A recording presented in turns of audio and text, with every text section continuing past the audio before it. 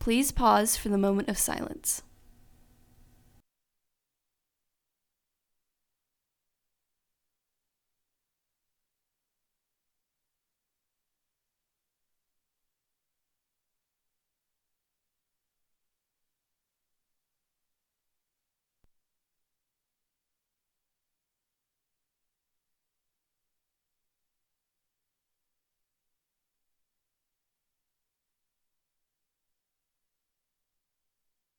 Please stand for the pledges. I pledge allegiance to the flag of the United States of America and to the republic for which it stands, one nation, under God, indivisible, with liberty and justice for all. And now for the Texas Pledge. Honor the Texas flag. I pledge allegiance to thee, Texas, one state, under God, one and indivisible.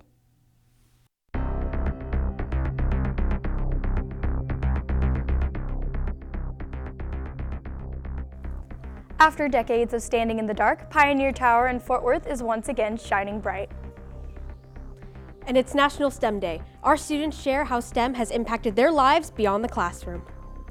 And the Texan varsity team played in a chilly one last night at the NHSTV Stadium for a final district game. Did they run the table? We have your highlights.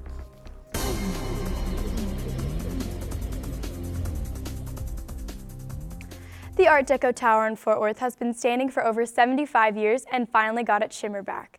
The Pioneer Tower, built in 1936 along with the Will Rogers Memorial Coliseum, has been a striking piece of art. Standing at 208 feet, this is one of the tallest towers outside of downtown. Longtime locals say that the building is a vision in and of itself and is created with the sense of let's do something more.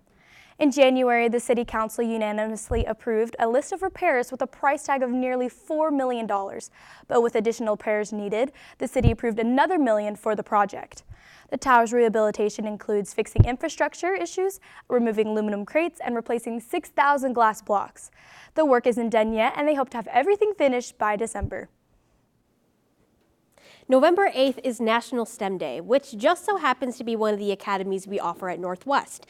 To celebrate, some Texans wanted to share what STEM means to them.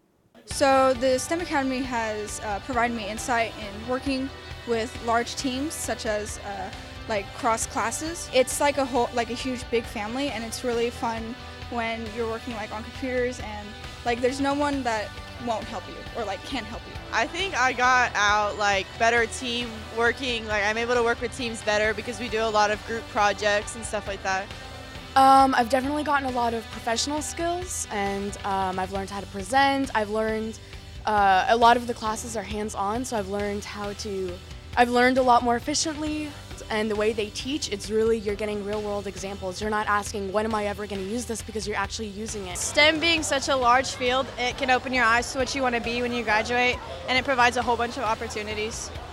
This experience has been such a fun thing for me, and I've been able to look into so many different fields of engineering. It helps us get ready for the real world, because there's going to be those times that we're not going to be able to get through it alone, and we need those teammates. I made a lot of really good friends that I think that'll stay with me for like the rest of my life. If you want to go that extra mile, you can go the long way and get more experience, get better experience, and just have fun.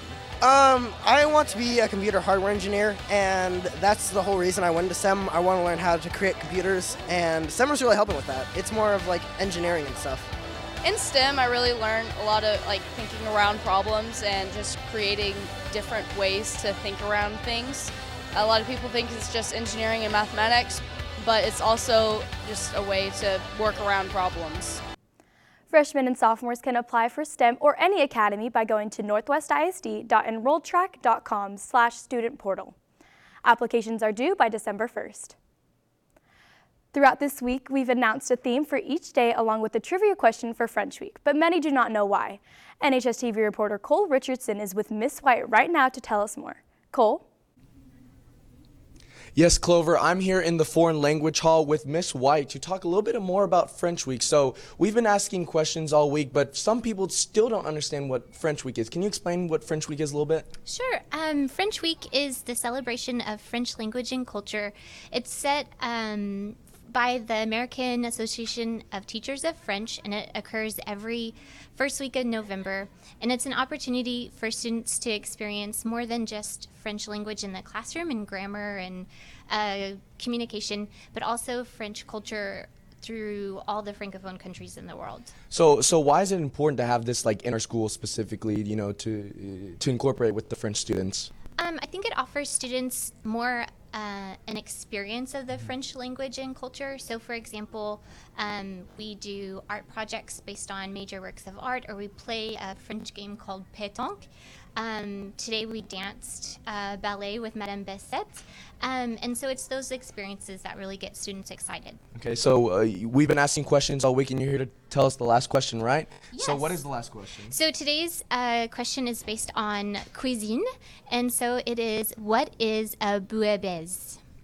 And is there anything you want to leave us with about French Week? Anything else you have, or no? No. Okay. So if you know the answer or you think you know it, make sure to come down to the Foreign Language Hall in 604 and tell Miss White for your chance to win a prize. Back to you, anchors. Thanks, Cole. Yesterday we faced some pretty nasty storms, and I need to know, Ryan, do I need to take an actual rain check for my plans this weekend? No, I'm happy to say you won't need to cancel any of your plans, Clover, but we had an intense cold front that moved in yesterday, and we actually got a little taste of winter. But as we know, this is Texas, so the weather's always changing. So today it will be mostly sunny, and temps will be in the 50s, and currently we're at 43 degrees. But moving on to this weekend, shout out to the bass and fishing team. They have a tournament this weekend, and I'm happy to say it's going to be a great weekend to be on the lake, guys. The highs will be in the upper 60s, and it'll be mostly sunny, but the mornings will be kind of cold, so make sure you keep a jacket. All right, that's all I have, and I'll be in studio on Monday to tell you about these freezing temperatures we'll have next week. Back to you, Clover. Thanks, Ryan. Last night, our Texan football team played against the Northside Steers in their last home game. Did we keep our winning streak, Shelby? Well, Clover, the Texans took care of business last night at the NHSTV Stadium against the Northside Steers out of Fort Worth. However, Northside scored on the first play of the game when junior quarterback Isaac Rosales hit his favorite target, Dwayne Lofton, on a 63-yard bomb that took all of 10 seconds.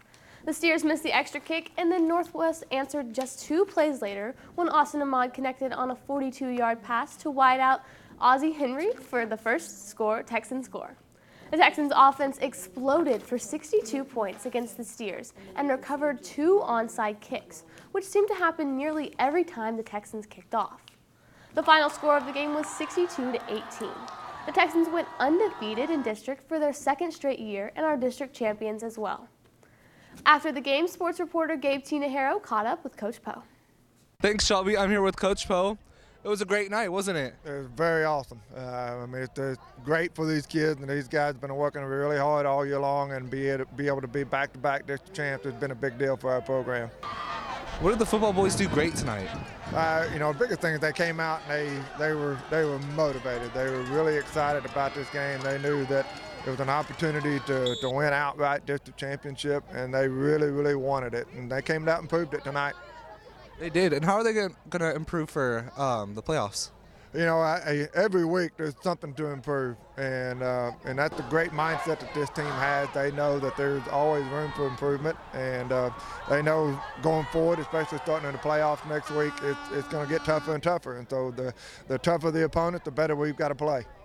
That is amazing. And thank you so much. Back to you, Shelby. Next up for the Texans is the first round of playoffs next week. We will announce the opponent and date and time as soon as we know it. In cross-country news, we had a great state walk for Michaela Martinez this morning. Kayla qualified for the state cross-country meet and will compete tomorrow. Best of luck to you. You know, even though it was so cold last night, it was so great to see all the people that showed up, and it's Yeah, you gotta be a we really made big it fan to to the come support in the playoffs. cold. I know, right? It was 41 degrees. I was Gotta shivering. represent. Too cold for me. Yes, I had 3 sweatshirts on and my Letterman. It was exciting. But it was worth it. It was right. definitely worth it. Tune in on Monday as we celebrate Generation Texas Week. Also, quick clarification, when you go to the application, you can only apply for Northwest Academy, so STEM or CMP. Have a great day. Have a great weekend, Texans. This has been NHSTV Live.